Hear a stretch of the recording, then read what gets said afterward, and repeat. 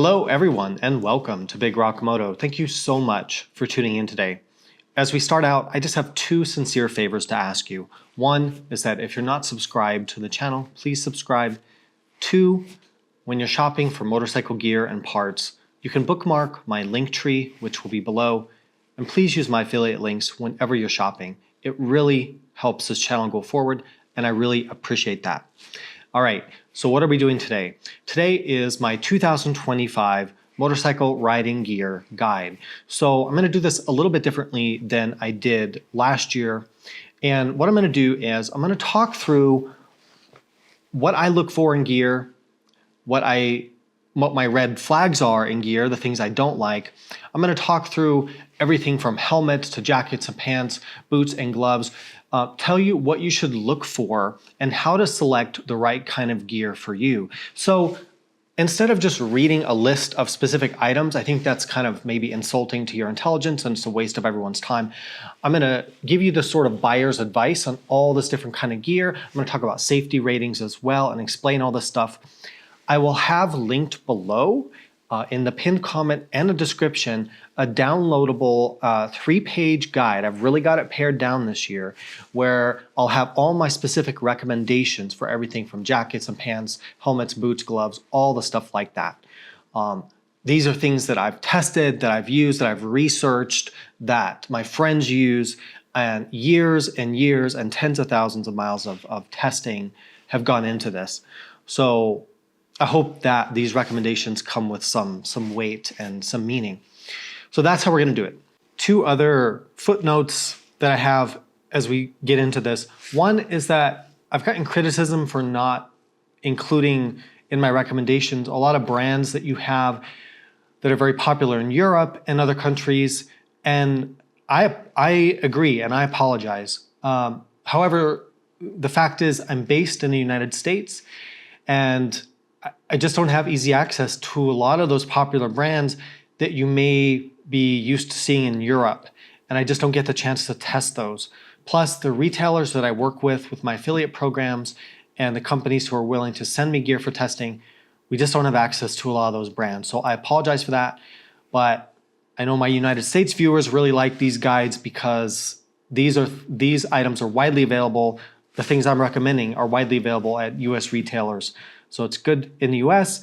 I know this may not be as useful in other countries, but most of what I'm talking about, 90% of what I'm covering in this video today is about how to select gear and not really exact recommendations on brands and things like that, although that will be listed below with my affiliate links in the document and below in the description and the pinned comment. Second note I have is when I was filming the B-roll for this video, I got a little bit unhinged.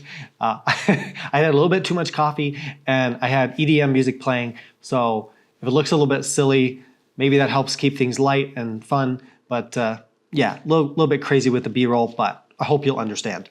All right, I want to start by talking about why is road or street motorcycle gear so different from the gear we see off-road riders using. And I think it's an important discussion as we're seeing the rise lately of adventure bikes, which blend those two worlds together. So the reason that there's such different types of gear and why if you ride off-road and on-road, you probably need to end up getting multiple sets of gear is that for riding on the street, you're riding at a higher speed and you're worried about abrasion resistance should you slide down the road, down the asphalt. For off-road riding, you tend to fall more frequently, but at lower speeds. You're more worried about impact protection than you would be abrasion resistance. Plus, because you're traveling at lower speeds, things like ventilation and mobility and movement on the bike, that flexibility movement, become more important than abrasion resistance and things you see in the road gear. So that's really why you see such a difference between the two. And then we start to see adventure motorcycle gear, and they're doing their best to try to blend these two things together. So we can kind of break the gear down into maybe 4 main groups. You have like off-road riding gear, and we've talked about that. It's going to be designed for impact protection. It's going to be designed for ventilation, for low-speed riding off-road, and tends to be very modular with layers and things like that. And then for road and adventure riding, you've got 3 kind of types of jackets and pants that we see. We see a mesh jacket and pant. Mesh is going to be a full airflow. It allows air to flow directly through the garment to your body. This is for hot weather riding. Now, you can combine mesh gear, and this is one of my favorite approaches to riding year-round. You can combine mesh gear with thermal and waterproof, windproof layers to create a four-season solution that excels in the hot weather, and especially if you need to ride off-road at lower speeds.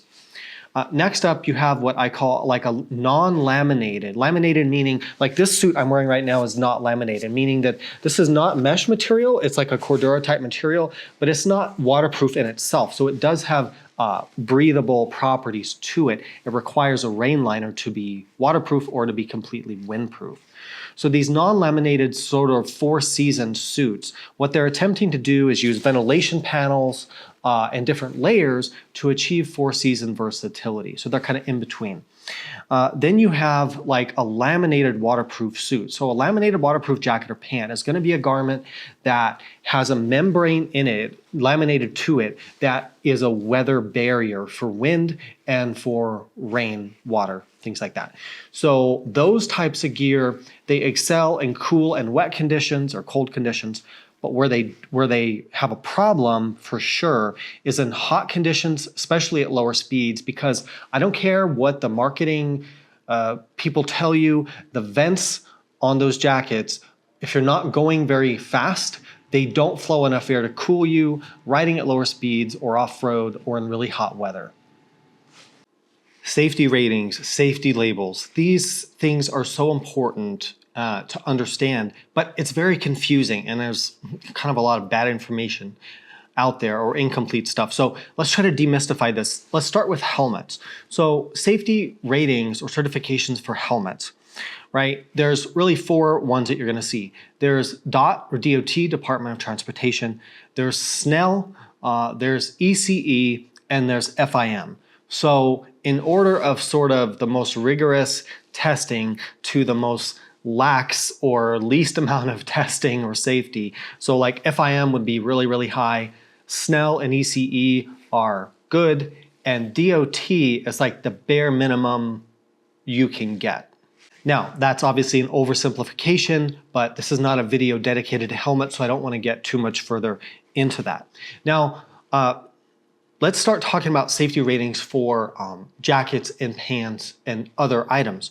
So you're going to see something called CE. You're going to see CE ratings. You might see CE AA, CE2 armor. What does all this mean? So CE is basically, it means European conformity.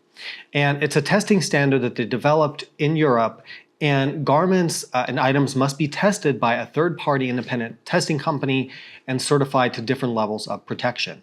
Okay, so let's talk about CE safety ratings for something like a jacket or a pant or a riding suit. So you've got CE levels that could be C, B, A, AA, and AAA. So starting with CE level C, this is going to be the garment has impact protection but no abrasion protection. That's going to be something like a motorcycle airbag.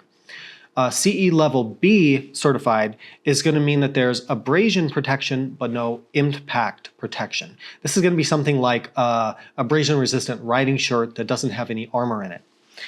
Next up, you're going to see CE level A. So CE level A is like the minimum European requirement combining both abrasion resistance and impact resistance from a jacket or pant or riding suit. Now we go up to CE level AA. This is a common rating for a lot of garments you see. This jacket I'm wearing happens to be CE AA. So CE AA is quite a bit higher level than single A for abrasion and impact protection, and it's a pretty good level of protection. At the top, you see CE AAA rating. The AAA rating is an extremely high level of abrasion and impact protection. You're going to see this mostly on like a leather tracksuit with full armor or some very high-end textile garments out there, but very few of them. To make matters even more confusing, there's a separate certification for armor. For motorcycle armor pieces, you not only do you have different types and shapes and materials and all that, there's two main levels that you're going to see advertised: CE level 1, CE level 2. It's really simple. CE level 2, the impact protector can absorb much more force than CE level 1. And I don't want to talk about all the units and all that right now because we get too far into it. And in fact, I'm doing a dedicated video on armor, which is taking me months to put together because there's that Fortnite video which talks about armor being useless. I don't really agree with that. And so we're going to take a deep dive, interview industry experts, and really figure out motorcycle armor. So stay tuned for that. That's in the works. So that brings me to what I want to talk about. Is motorcycle armor useless, as the Fortnite video may have kind of suggested? My short answer is no. Now, there have been studies that Ryan quoted in his video that showed that the armor and motorcycle gear wasn't all that effective in really preventing injuries or reducing injuries in certain types of crashes. And there's a lot of validity to that. I think the truth about motorcycle armor is, in summary, that it may help reduce the force of impact in certain falls or certain crashes, but not all. And at some point, if you have a motorcycle accident that has enough severe blunt trauma, if you hit something at a high enough speed, an immovable object, there's too much force involved, a little protecting pad is not going to save your life in a certain situation. Some crashes are simply too severe, too much trauma to the body happening. However, in more minor crashes and more minor spills, especially on something like dirt bike riding or falling at lower speeds, certain situations, having armor in certain areas can help slightly reduce or somewhat reduce the injury you might sustain. So my point is, if there's even a chance that it reduces injuries even somewhat, I'm going to use it. And because we have such good armor available to us nowadays, so many choices with some that are really flexible, really breathable, really affordable, and just are comfortable to use, why not just use it and get the potential benefit that's there, even though the benefit is probably not as much as the manufacturers would like to advertise. Now, should you use separate or integrated armor? This is kind of a big debate in the adventure motorcycle world right now, and I did a whole video about this. What I tell people is, integrated armor suits like what I'm wearing now, jackets and pants, they are very convenient, they're very comfortable because you take the thing off, everything's off. They're good for, I always tell people, like, if you're doing more than half your riding on the highway, probably stick with integrated armor, it just makes sense. If you're doing more than half your riding off-road on trails, then probably go with a separate armor. The advantage of the separate armor systems, the armor tends to be better coverage and it tends to stay in place better than the integrated armor, which can move around quite a bit in a fall. Plus you get more modularity with your ventilation and your layering systems. So there's pros and cons to each. There's really not a right or wrong answer. We should talk about and summarize motorcycle airbags. Airbags are one of the most significant safety advances we've seen in motorcycle gear in a long time. The basic summary for airbags, for a wearable motorcycle airbag that inflates when you have an impact, is that it does provide an enormously higher level of protection for your body than passive motorcycle armor pads will. That's the way it is. Now, are there downsides to airbags? Absolutely. There are significant downsides, and I catch myself a lot of times not wearing an airbag for some of these reasons. So motorcycle airbag systems, well, first of all, they can be quite expensive to purchase. Second of all, they may have electronics that require charging every day or two, although there's some options that don't have electronics that rely on a tethered cord to deploy, and that's a good idea. I do like those. Another downside is that you have some kind of canister system to deploy the airbag. Some airbags use like a CO2 canister that you can easily replace yourself. That's very cheap to do. Some airbags, unfortunately, require you to send the unit in after a certain number of deployments, and that can get very expensive and time-consuming, and I don't really love that approach. So that can be a significant downside. The other significant downside to airbags that I've found in testing them over the past year in different systems that I have is that they can significantly restrict the airflow to your body. They really block the airflow. They can be hot, bulky, and they're also very heavy, especially like the Tech Air Off-Road and ones like that. Very heavy and bulky. They can make wearing a hydration pack difficult. They can make wearing a jacket difficult. But to me, the biggest downside I've found is in hot weather, especially riding at low speeds off-road, I can overheat wearing those things. And I'm someone who's very sensitive to being hot. I really don't like it. And I guess it's my genetics or whatever it is. So it's been an issue for me. In cold weather, not so much of an issue, but just want to put those downsides out there. I guess my summary on airbags is that if it doesn't bother you, if you don't feel super hot or constricted, or it's not too inconvenient for you, and if you're willing to work it into the gear that you have, it's going to be a huge safety benefit. If, God forbid, you do have a major accident, unlike passive armor, this could actually be the difference between, just having some injuries and dying. It really is that significant. So I recommend checking out airbags and giving them a chance. All right, how do you choose a motorcycle helmet? This is one of the most frustrating things to go through, because you go on to the websites, Revzilla or whatever it is, go into the store, you're faced with almost endless choices to pick a helmet. And it's funny, there's been studies, it's kind of off topic, but there's been studies that have shown you're actually less happy with a decision the more choices you're faced with. If you had less choices, you'd actually be more happy with your decision, because you would be wondering about all those other things out there. So just a side note there that I think is very interesting. I want to talk about the 4 types of helmets and which one is right for you depending on how you ride, but let me give you some general advice first.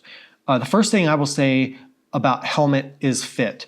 It is critical that you go into a reputable dealership or motorcycle gear shop, cycle gear, your local dealer, whatever it is.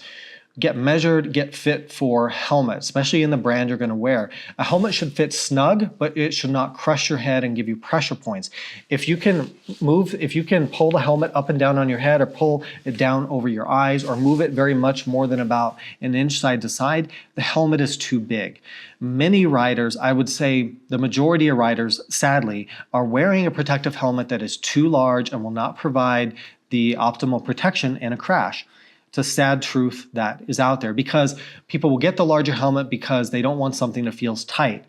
Well, helmets break in over time. You know this if you ride. So get something that's a little bit on the snug side to begin with.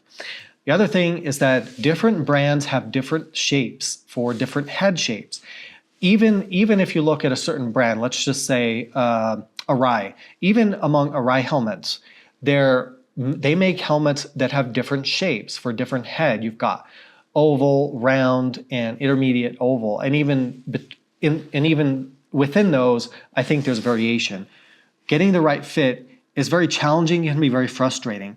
Try the helmets on, get some advice in a store where you can get some help, or use a company like Revzilla where you have free shipping, free exchanges, because there's such a huge difference. Over the years, I've only figured out by trial and error, generally the brands and the head shapes. I tend to be an intermediate oval, and there's only certain brands that fit my head. Sadly, I cannot use showy helmets. I love them, I have used them, but they are not comfortable for me because of the shape. Other brands like Scorpion I haven't had good luck with, just my head shape, nothing wrong with the helmet.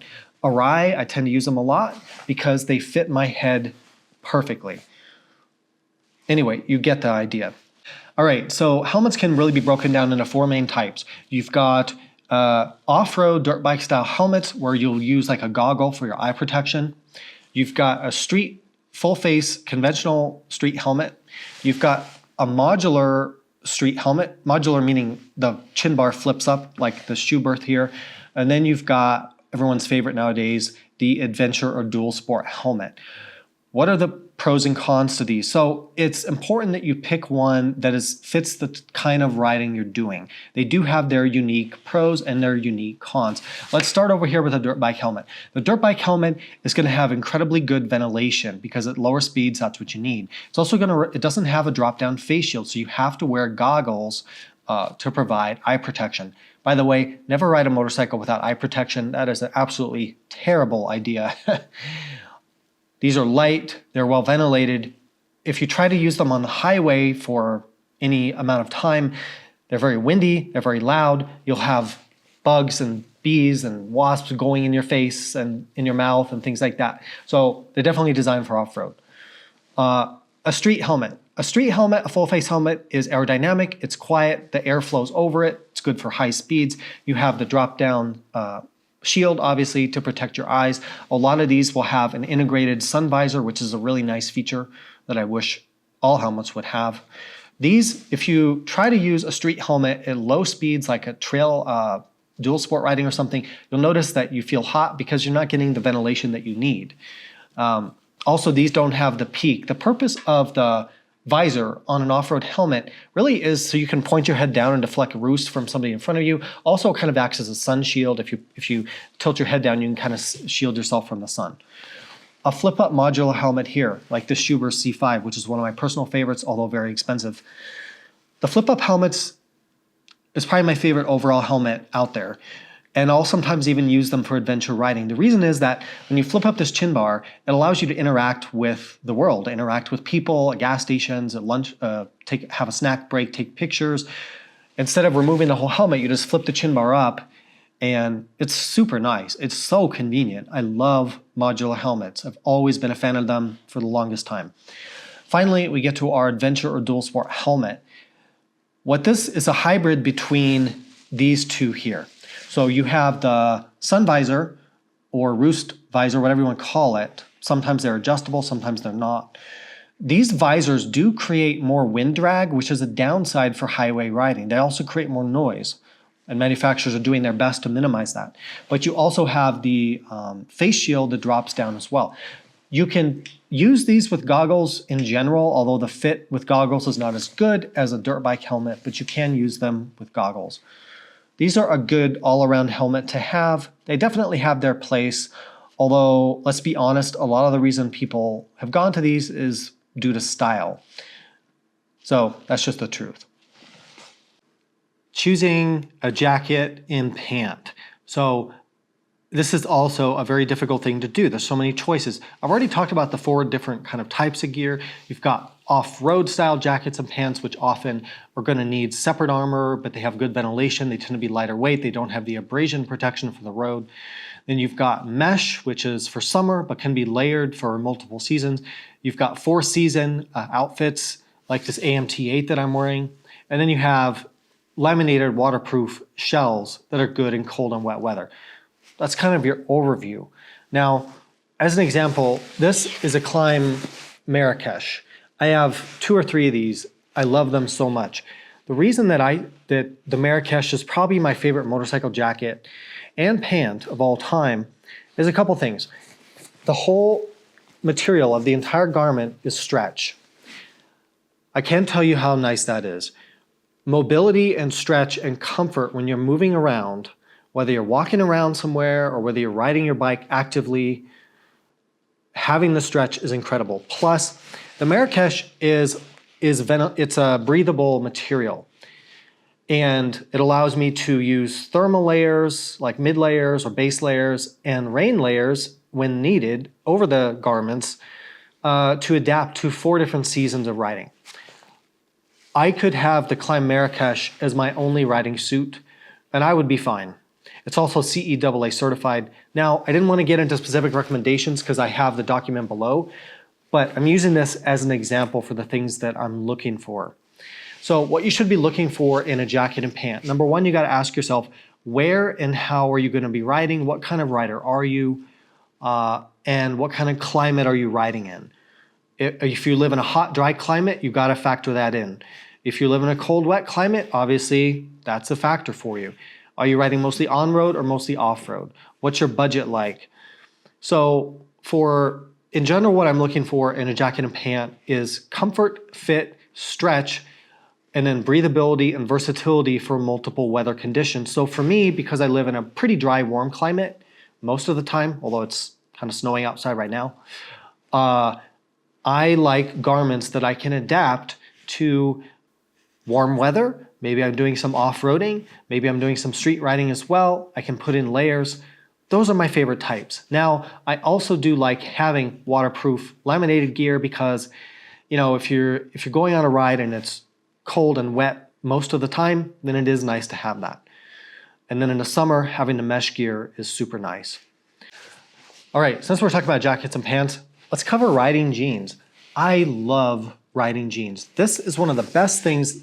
In the last 10 years, we've seen such an advancement in the selection and the protection available and comfort with riding jeans. I don't want to go around all the time looking like a Power Ranger from outer space in some adventure suit that looks ridiculous. Jeans look good in every setting. You can go into a restaurant, a bar, maybe you're doing some sightseeing, you're walking around, you don't want to feel or look like you're out of a space movie. Jeans are really nice. I wear riding jeans. It's probably the most common pants that I wear when I go out riding. You can even use them off-road. They work good. Because they're not waterproof, they have decent breathability, they're comfortable. If you get the right ones, like these Climb K43s, they have stretch, they have good fit. Ghost Armor will make it very comfortable because Ghost Armor is very flexible, very thin. So what should you look for when you're selecting a riding jean? So I've tested a lot of them, single layer or lined. So to break that down, like these are a single layer jean. They don't have a separate Kevlar liner inside. Personally, I found the single layer jeans, like these K43s, and there's a lot of others, to be more comfortable. And they offer similar CE certification ratings. These are a AA, there's even AAA options, which is incredible to me.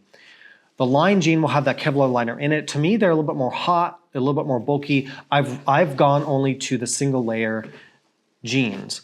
So I prefer that, but I've also seen some tests that show ultimately the dual layer, the line jeans, probably are better if you have a real significant slide.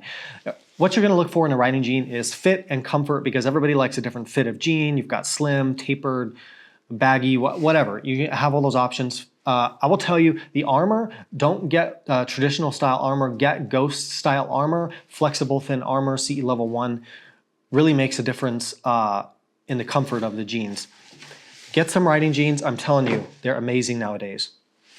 All right, let's talk about choosing a motorcycle boot. This is such an important topic, and I think I'm gonna do a dedicated video just talking about this because so many people get this wrong. Now, I'm gonna break down the most common motorcycle boots into 4 general categories. Over here with my CD Crossfire 3, this is like a motocross boot. This boot is an Alpenstar Tech 7, and this is what I would call like an enduro boot. I've got 2 adventure boots here. One of them is an actual adventure boot, one of them is really just a street boot with an adventure name, and I want to talk about that. So this is Alpenstar's Toucan, which to me is a true adventure boot. This is a Forma ADV boot, which I like, but it's not suitable for off-road riding. It's not really an adventure boot. And then this is a street touring type of boot. And then within street boots, you have like racing style, you have touring style, you have casual style, but you get it, right? Street wear. So in terms of comfort and walkability, it goes downhill from here to here, right? I'm sorry, downhill from here to here. So like the most comfortable, the most walkable, most flexible is going to be like a street boot or this Forma adventure boot, which is laughably flexible. Then moderate comfort and moderate walkability to hike around, adventure boot, and then you get into the enduro and the motocross style boot. They're not the most walkable, but they offer the most protection for your foot, your ankle, your leg for off-road riding. So why do you have an off-road boot? Leg injuries are incredibly common in off-road riding, whether you're talking about motocross, enduro, trail riding, dual sport, adventure, it doesn't matter, because motorcycles can fall on your leg can get crushed between a rock and a rut and the motorcycle, whatever it is, it's such a common thing. So if you look at an off-road boot, it has really good crush protection, really good ankle protection, it's very stiff. Also, the stiffness allows you to stand on your foot peg for a long amount of time, whereas if you try to do that with a street boot, it's going to feel very uncomfortable because the foot peg is going to be pushing into the bottom of your foot. So you get into different kinds of soles, different stiffnesses, different sole designs. I'm not going to get too technical with all that in this video. But if you're riding off-road, you need to protect your foot, your leg, and your ankle. And the only way to do that is to have a proper off-road boot. For off-road riding, at a minimum, I would say something like the Alpenstar Toucan, maybe the CD Adventure boot, which I do like and I do use. Pretty good protection, not as good as this Toucan, which is my favorite boot. The problem with a lot of adventure boots that you see, like this Forma boot, although I like this boot, it's comfortable. You see, it's so flexible that it's not going to protect your foot for off-road riding. It just really isn't. So it's really, to me, this is just a street boot or a touring boot that is tall. It does have some protection for your shin, which is nice, but don't think that it's really an off-road boot. And then if you're just riding on the street, well, you don't need, the protection for off-road riding. So for street riding, you can get something that's lighter, more comfortable, and you have tons of options there. And of course, I'm going to have all my recommendations in the links and documents below. I do have my favorites, but there's a lot of good boots out there. But just make sure you're choosing a boot that has the level of protection for the kind of riding that you're doing. And you understand that sometimes marketing names don't add up to reality. With an off-road boot, what a lot of people will complain about or not use a boot because of this is they say they can't feel the controls. That's a valid concern. I know what you're talking about. So these are so stiff that it can be hard to feel the foot peg. It can be hard to get a feel for the shifter and the brake lever. A couple things, you will eventually get more used to it, I'll tell you. Next thing is you might have to adjust your lever, especially your shifter, to allow room for the thicker off-road boot to get under that shift lever to give you proper shifting. You may have to adjust your brake lever. You may have to play around with different like pads on your levers. You may have to get different foot pegs. The trade-off in the walkability and the comfort when you go to an off-road boot is worth getting that dramatically increased protection for off-road riding. It just takes time to get used to it. All right, choosing a motorcycle glove. This is also an area where there's so many choices. So I think what I can do is give you an overview of an off-road glove versus a street glove versus a race glove, stuff like that. So on the one end, you've got like a dirt bike style glove. These are very thin, very flexible. Again, you're not riding at super high speeds for long periods of time where wind chill is a factor. Abrasion resistance is not much of a factor, and you want the flexibility and breathability of, a lighter weight glove. Then you get into more of like street gloves. And in street gloves, you've got everything from like a full-on race gauntlet glove, leather protection that covers your wrist. So if you go sliding down a racetrack, you've got that protection. These also have impact protection as well. This is like a street touring glove. It's waterproof. It's got a waterproof membrane. This is a breathable, one of my favorite gloves actually. It's a Revit Off Track. It's kind of falling apart, the material a little bit, peeling off, but so flexible, breathable. This is ventilated. So when the weather's like mild or warm or hot, I get ventilation so my hands don't get super sweaty and hot because I can't stand that. But these don't have any waterproofing and your hands will freeze when it gets cold. Having heated grips on your bike, huge benefit because you can use a lighter weight glove pretty much even in the winter unless it's raining. And you have the breathability so you don't get too hot when the weather does warm up. So I would say on gloves, different types, different fit, figure out your sizing. I found glove sizing to be a little more consistent than jackets or helmets, which is at least a good thing. Price range is all over the map. I would go with a medium, mid-price range glove. You don't need to spend $300 on a glove, but I also wouldn't get a $20 glove. So look for things that are $80, $100, $150. That's typically a good trade-off there. And otherwise, find something that's comfortable and fits the kind of riding you're going to do. But there are tons and tons of choices with gloves. And I'm not even putting together a list of gloves because there's simply so many choices. And it's really hard to give you my picks on the exact gloves you should use. I would say try them out, see what's comfortable for you, and then settle on a few different pairs that fit the kinds of riding that you're going to do. All right, so what are my red flags and my pet peeves in terms of things that kind of tick me off with motorcycle gear in 2025? So, some of these are just personal, but I'll share anyway. So for me, I don't really want to look like a space stormtrooper from outer space from a movie set. I don't really know why adventure gear has become that way. I don't like it. I just want understated, like classy look. I really would prefer that. I'd like to see the industry go more that way. So I try to make choices that way, but sometimes it just gets a little crazy with the styling and just looking like Power Rangers. And I think it's kind of silly. I think we should just get away from that. My next big pet peeve is that jackets and pants that don't have stretch material built in. Feeling restrictive to movement is super frustrating to me. Like when I feel constricted, like the reason that I like this AMT8 so much from Alpenstars is because when I move around, it flexes, it moves with my body. That's a tremendous difference. So that's a pet peeve of mine when something is really restrictive.